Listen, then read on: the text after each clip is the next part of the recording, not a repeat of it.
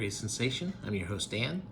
And in this episode, I'm going to be looking through these two grocery bags full of books. What happened was I had the opportunity to look through a rather large collection of books, and I could take what I wanted.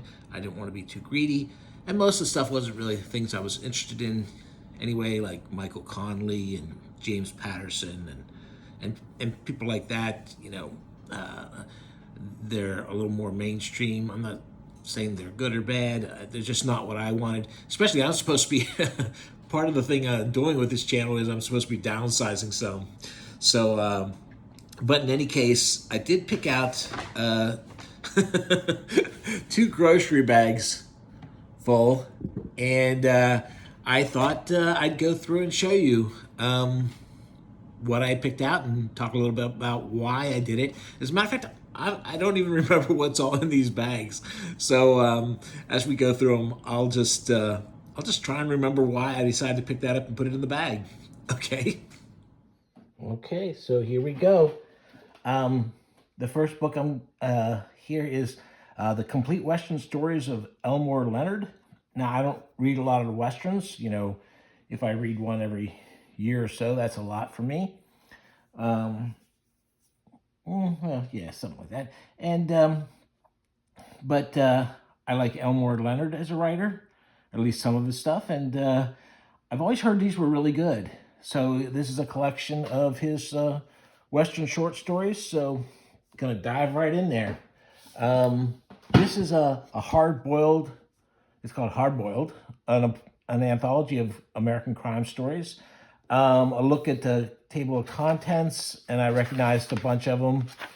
Dashiell Hammett, Kane, Chandler, Chester Himes, John D. MacDonald. I recognized the vast majority of these people, but I don't have, it's not like I have the complete short stories of any of these guys. And there's some people near the end who I'm not familiar with, who I thought, what the heck, like I say, for free, what are you going to do? The year's best mystery and suspense stories, 1995. Again, short stories, short mystery stories. Sounds good to me. I don't know.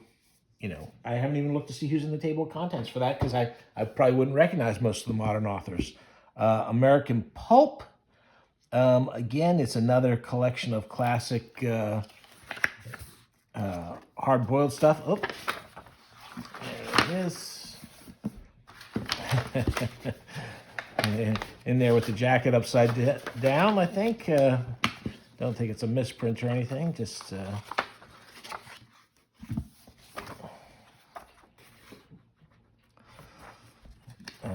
let's see. Yeah. And again, many of the same authors are in here. Doesn't go back as early as the other one, but many of the same authors. Again, I just thought it'd be a good read. Neanderthal.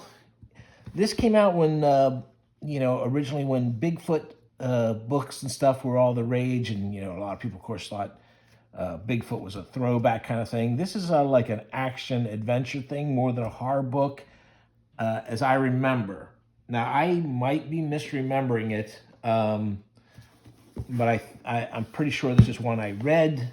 The most eagerly anticipated adventure novel of the year has arrived. Pulitzer Prize-winning writer John Darnton is about to take you on a fantastic journey. Pulitzer Prize-winning. Spielberg has supposedly optioned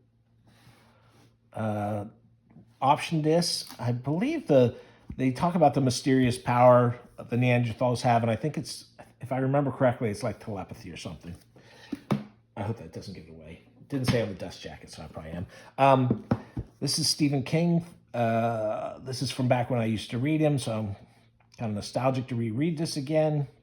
Nice little hardcover of some of his early short stories. So I'll give that a perusal. Here, let me Tigers, The Monkey, The Man Who Would Not Shake Hands, Uncle Otto's Truck. Yeah. So I don't really remember which short stories are which in these all these early collections. So, like I said, I'll give that a spin. This is an early Taschen book, The Great American Pinup. They have reprinted this book in several sizes, adding and deleting material over the years. I have a version of this, larger size. I think it's pretty much the same content, although, like I said, sometimes they take some stuff out, page count wise. But I think this is pretty. So it's it's got a history of pinups. What we would have considered a pinup, throughout history, leading up to this, and then the actual what we call pinups now, what we think of as pinup, and the pulps and the early calendars and where this stuff was. I had the lights brighter than usual, so this is probably a lot of glare on these shiny pages. I was going through these paperbacks, so I thought it wouldn't matter so much, but it's a great book. Some version of this has been in print for 20 years or something like that. If you're interested in girly art at all, pinups or anything, this is a terrific book. Really fantastic. Lots of great artists and stuff. Now let's see here. Here's a bunch of paperbacks. Now, they had a bunch of the John D. MacDonald, Travis McGee books. I'm not familiar with this. This might have been for... I'm just not familiar with these covers. The Travis McGee books range from really good to pretty lame. And it's been so long since I've read them. I mean, decades since I've read these books. But I do remember there was a couple that I really liked. And so I figured for free, I'll take them, I'll look through them, and I'll try and remember which ones it is that I really liked, But I forget. There's a fair number of these. This is not nearly all of them in the series, but that's a good chunk there. Here's Max Allan Collins. One of his Quarry books is about his hitman character. I read one of them. I really liked it. I read a second one, and it was just a lame rehash of the plot to Red Harvest. So, again, it's free. I'll read this one. I'll see what this one's like. Hopefully it'll be a good one. This is Harlan Ellison's most famous book of short stories. And to be honest, this Dangerous Visions, it's my niece's favorite book. I'm not sure if she's got, if she's got this nice hardcover edition. I was going to, I picked this up. I figured I might send it to her. I've got a copy of it floating around here somewhere already myself. So if she's already got it, then I'll hang on to it or sell it. Here's a book of 20 horror short stories. What the heck? Take a look at it and see how that is. Why not? Here's a Jack Ketchum. I guess that's how you say that name. That's his pen name. I forget his real name. There was two of them here. Where is this? Oh, here's the other one. So, Peaceable Kingdom is what is this? This is 30 of his short stories. So I've read some of his short stories. I don't have this collection, and 30 of them. I definitely haven't read 30 of his short stories. I like Ketchum a lot. This was the first book I ever read by him.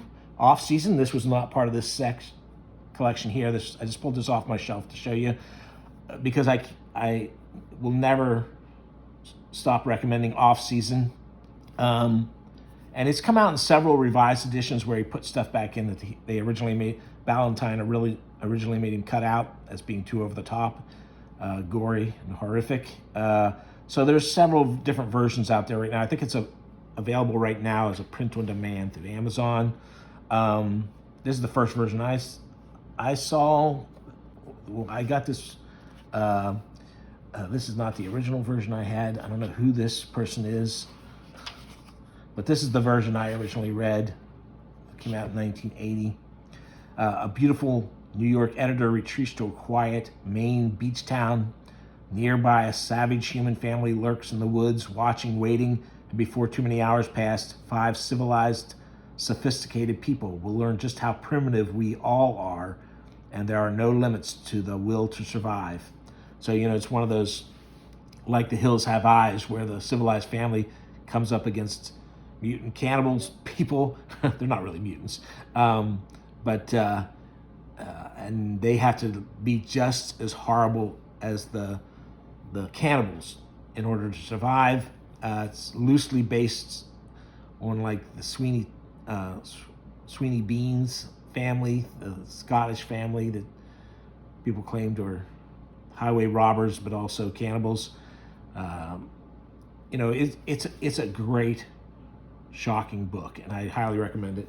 But anyway, this is the other book that was in my bags here. Red is one of his later ones, and this is a men's adventure kind of book, not horror at all.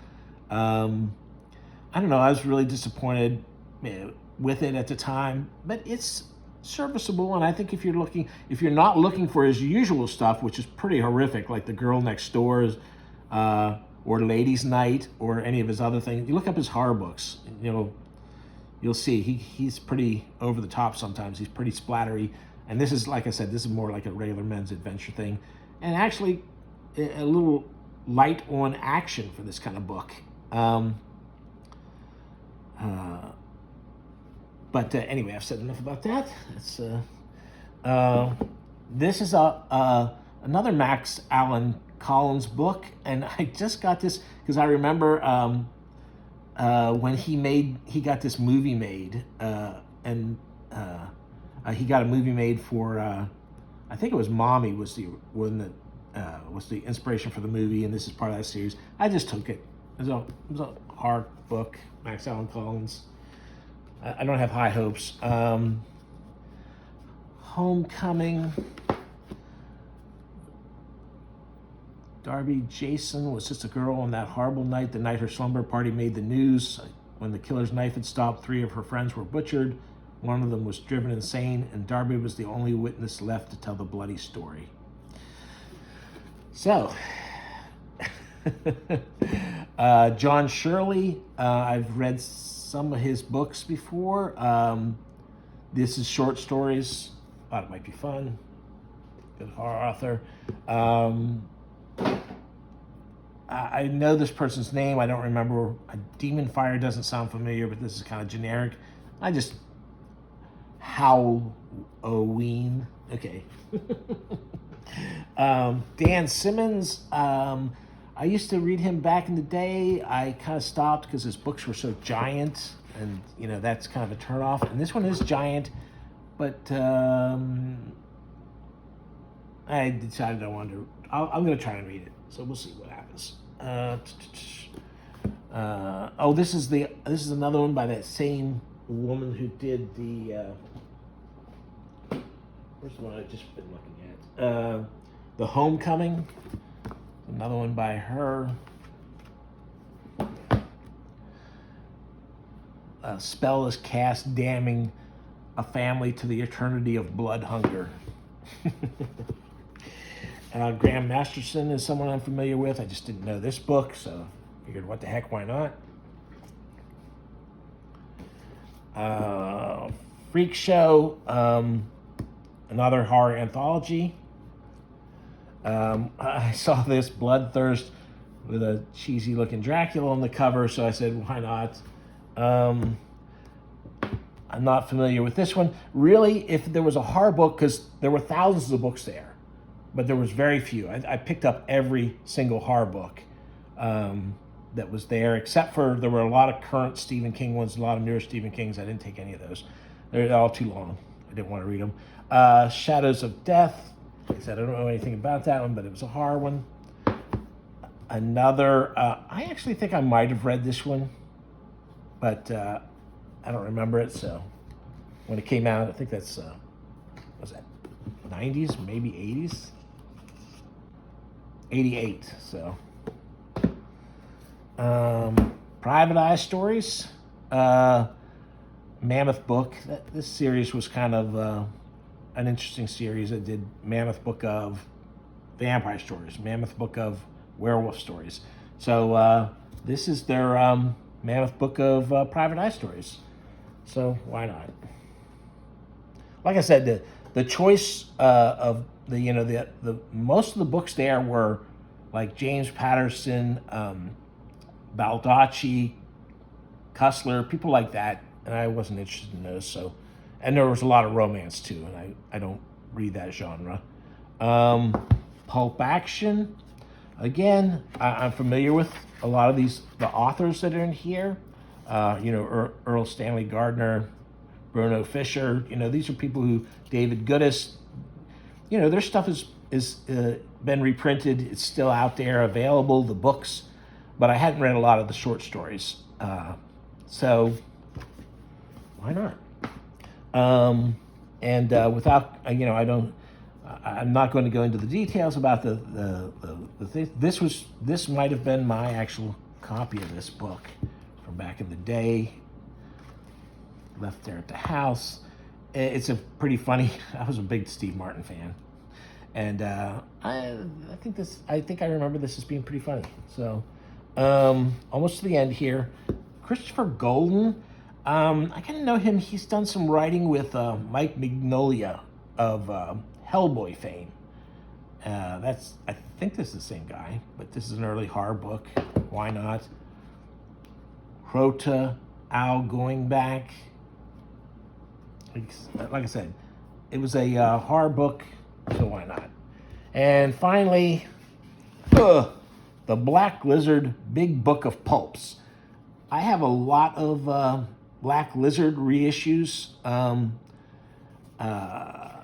Was it the 80s or the 90s? I guess it was the 90s. Was there? Well, this is from 2007 or 2006, I guess, is when they first put it out. I guess it was the 90s when I was picking this up. There's a Black Lizard did a bunch of reissues of classic pulp fiction kind of detective stuff, some real hard-boiled stuff. That was the first place. Their reissues were where I first read Jim Thompson, I believe. Boy, it feels like that was the late 80s, but it might have been in the 90s.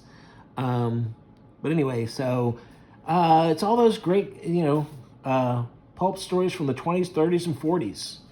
So, what's not to like? Again, I recognize a bunch of these names, but there's a lot that I don't know. So I'm looking forward to looking through that. So you can see it's mostly horror and detective stuff. Those are the two genres I'm most interested in. So I hope you enjoyed looking at that, and take it easy.